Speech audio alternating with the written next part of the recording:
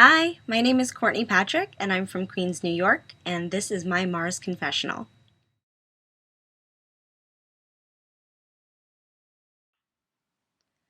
The second 30 Seconds to Mars concert that I had ever been to was in April of 2010 at Roseland Ballroom in New York City.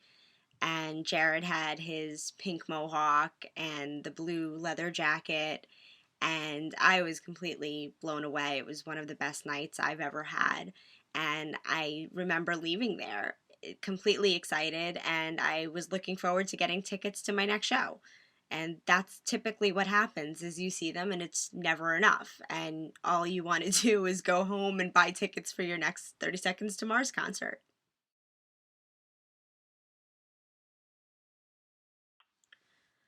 It's really difficult to try to pick a favorite song from This Is War. It's the kind of album that's always changing. For me, it meant something different 2 years ago as it did a year ago, as it would for last month. Um, I remember when I first listened to it, every week I had a different favorite song for the first 6 months that I was playing these songs on a loop.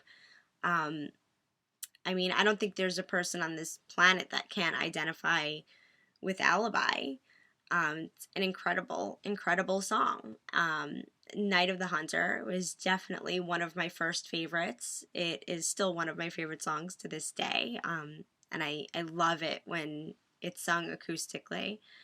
But if I definitely had to choose, I would say Closer to the Edge is my absolute favorite, and does hold a lot of meaning for me, for what I took away from it, because it's kind of a journey within itself. Because each line really tells a story of a time in your life where you were in a dark place, and I think a lot of us are torn between um, accepting it and not accepting it, or being in denial of your own failures or your own doubts, or even just letting that be what defeats you.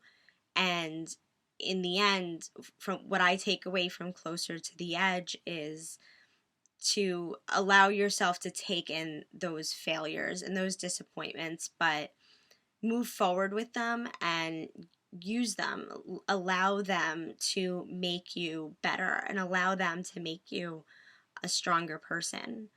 Um, yeah, it's just, I should get the Kleenex out now, right?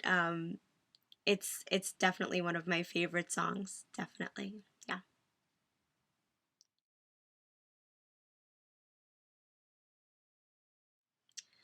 Okay, I got the Kleenex out for this one, just in case.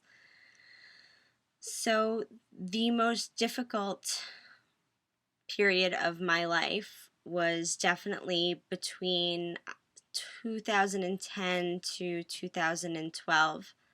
In 2010, I lost my father to a 10-year battle with cancer, and a few weeks or months after that, my engagement was called off.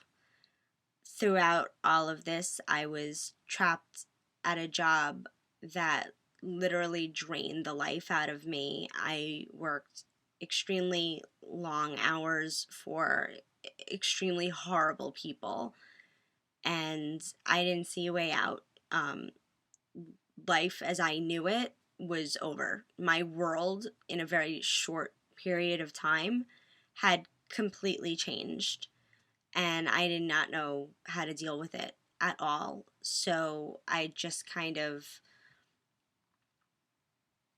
I disappeared. I mentally checked out. I cut people out of my life. I didn't want to know anybody. I didn't want to be in any kind of a social atmosphere. I saw no good in the world. Everything was ugly to me. Everything was negative. Everything was bad. There was no hope. I had no faith that anything good was ever going to come into my life ever again. and I was on medication and a zombie, basically. I was just trying to numb everything that I was feeling. And after about a year, I had gone into therapy, um, because luckily I do have a good family support. I do have my mother, and on top of worrying about, is the mortgage going to get paid, or the bills going to get paid? Is my mother going to be okay? Now she's alone. How do I deal with that? She really did take care of me, and I went into therapy, and I faced my fears, and I weaned myself off of the medication and just started slowly living life again, and started finding things to look forward to. And it's funny because I do remember when Vert started, and it was kind of a social stepping stone for me. I could interact with people and talk to people without actually having to go out into the world. I can have a social life from my desk chair. So that was also helpful for me. I do give the Echelon a lot of credit. They really did help lift my spirits.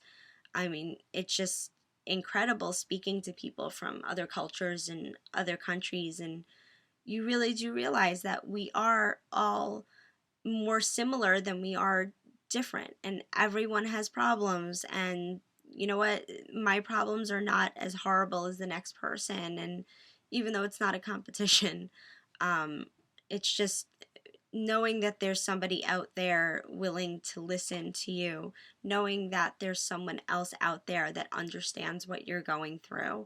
It meant a lot. It really did. And I think just having that sense of community and having my family behind me was really what helped me, what helped me get through. And I'm extremely grateful for that.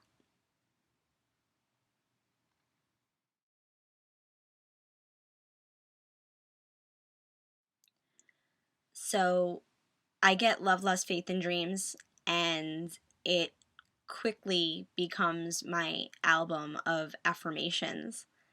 And I used to spend 3 hours a day commuting to and from my job. And for those 3 hours, the headphones were in, and 30 Seconds to Mars is in my head. And by that fall, I had made a resolution. I said, I am quitting my job. I've had enough. I deserve better. And before that happened, Carnivore's tour was announced. And immediately I was like, oh my God, I have to be there. I need to get tickets. So I rounded up some friends of mine, and they were like, oh, we're not paying that much money for tickets. So we got nosebleeds. I said, I'll just be happy to be in the same room as these guys. I was just really happy to be going. And the closer it got to the show, the more excited I was getting. And I remember uh, coming home from work one day, and I walked into my living room, and I picked up the remote control, and I turned on the TV, and I just kept walking. I went to go give the dog water or something. And I can hear Jared. I can hear 30 Seconds to Mars. And I go running into the living room, and Palladia was playing the Rock and Ring show from 2010.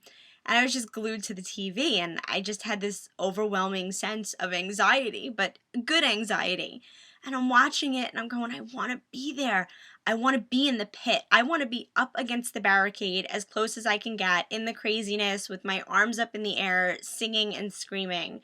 And that night, I said, just for fun, I wanted to see if there were any VIP packages available, because now all I wanted to do was meet the band. I said they've had such a wonderful influence on me. They have inspired me. They have motivated me. I really want an opportunity to meet these guys. And I went on, and I was about to get two tickets, one for me and one for a friend of mine. I was going to surprise her. And I go to check out, and it says, I'm sorry, we can't check you out. There's only one ticket left. I said, oh my God, it's meant to be. The hell with it. I'm going by myself. So I bought the one ticket, and just thrilled. I was so excited. I was counting down the days. And a couple of weeks before the concert was when Jared was doing the screening of Artifact, which I already had, but again, it was an opportunity to meet this, unbelievably influential individual in my life. So I went and I got tickets for that. So that was actually the first time I ever got to meet Jared, and he was just so gracious and so wonderful, and he just completely puts you at ease, even though anytime I'm in the room with him, I seriously feel like I'm going to jump out of my own skin. And that was just an incredible experience, and I made a ton of friends at the screening.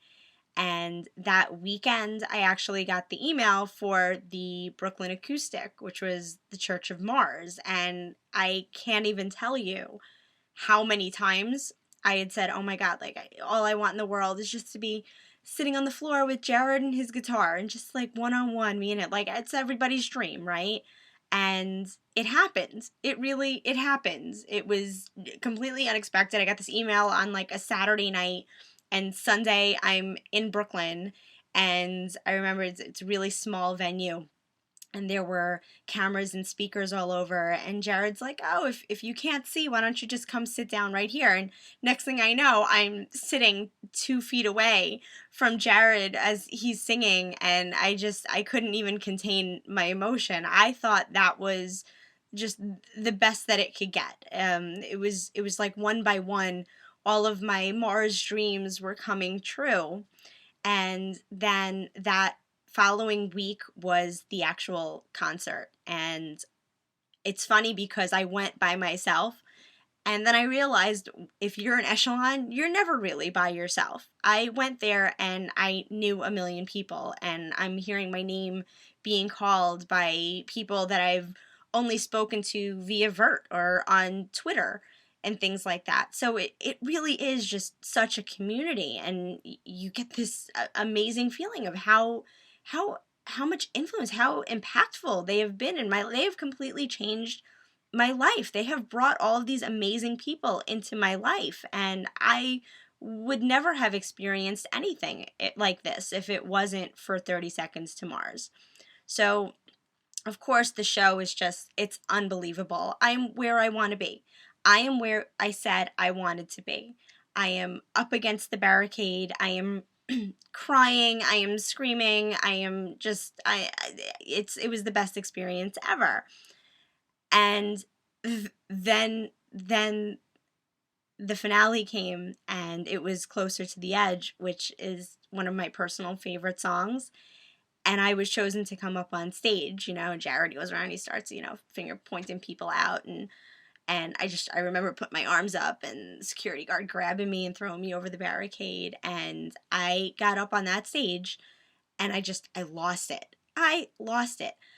I mean, all of the shows that I've watched, that I thought, "Oh, look at all those people on stage. Like, how amazing is that?" Like, could you imagine? Like, that's like a once in a lifetime opportunity. And I'm there, and it was like a religious experience for me. I'm standing there going, "But how did I get here?"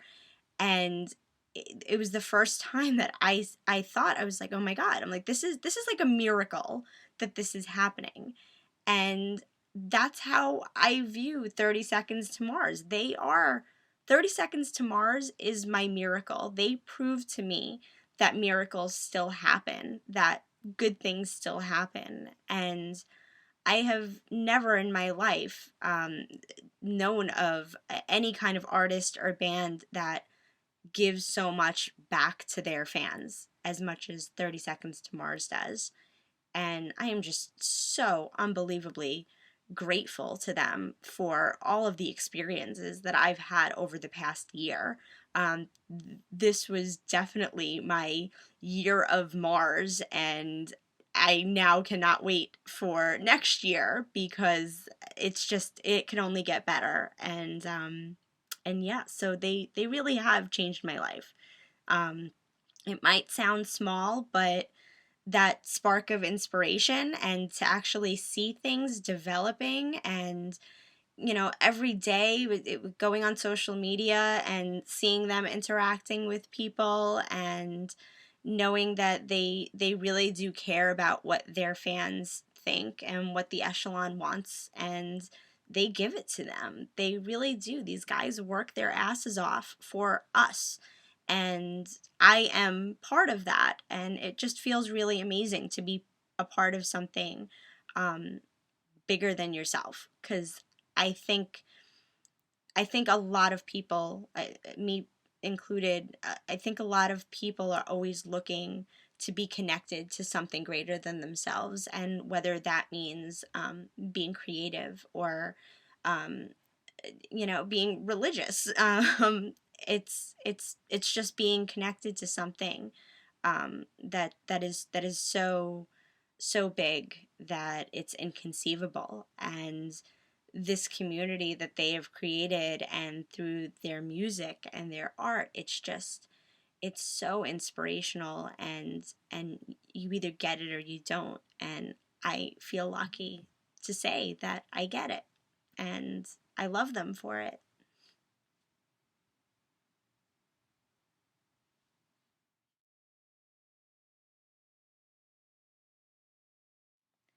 I think I've achieved a lot so far in my life. What my biggest overall achievement is, I'm not sure I can say right now. Maybe it's a goal that I haven't even set for myself yet. But I do believe that if you can overcome any struggle, big or small, and come out stronger or wiser, better, that's a major achievement.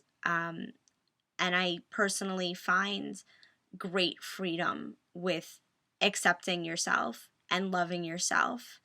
And that freedom comes with being genuinely happy, and that starts with yourself. And I think from where I was not too long ago, just a few short years ago, where I could barely, pull myself off of the floor, to where I am now, where I feel like the possibilities are endless, has been a huge personal achievement for me. So, I didn't get defeated. I didn't let anybody bring me down, and I came out, I rose above it, and I'm a better person because of it.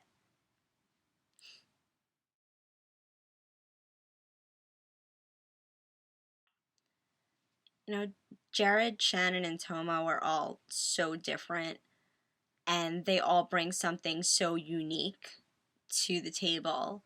Um, I mean, Shannon is just a beast on the drums. He's so inventive, and watching him just get lost in the music is just an incredible thing to witness. Um, I mean, Tomo, again, amazing talent. One of my favorite things about Tomo is his laugh. I swear, if I can bottle Tomo's laugh and sell it, I totally would. I actually named my pet tortoise Tomo after him because he's such an animal lover. And I mean, Jared, is there anything that Jared can't do? No. He's extremely talented, extremely gifted. He could sing me the phone book. Um, and just all three of them have exposed me and all of their followers, all of the echelon, to so much culture, and they really are just so much more than a band. Everything from Artifact to Haiti to learning how to puree garlic with Cooking with Tomo. They're just the type of guys you just want to hang out with. They're an amazing group, and they're beautiful people inside and out.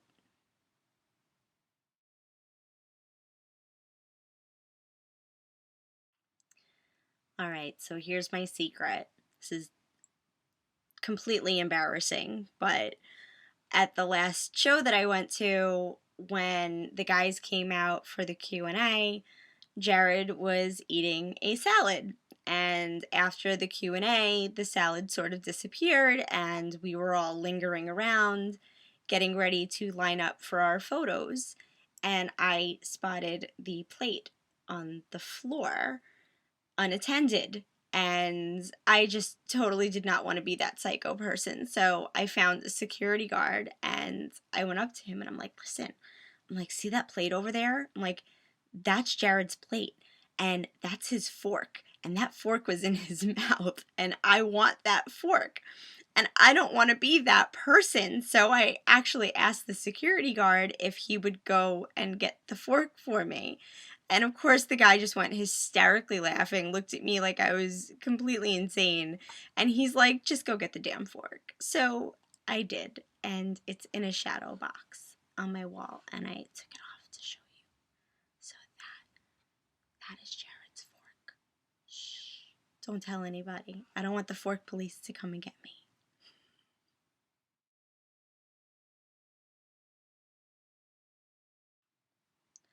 So, my biggest dream now is to hit the lottery so that I can afford Super VIP in 2015 and maybe a private party on the tour bus. Who knows? I'm going to go ahead and put that energy out into the world and see what I can manifest. So, I guess that's the end of my Mars confessional. I just want to say thank you to Shannon, Tomo, and Jared, and all of the crew and assistants that make everything possible. I love you, and I am grateful for you, and thank you so much. And thank you for letting me be a part of this project. I can't wait to see what comes of it, and hopefully to see the stories of other Echelon. So have a great night and thank you. Bye.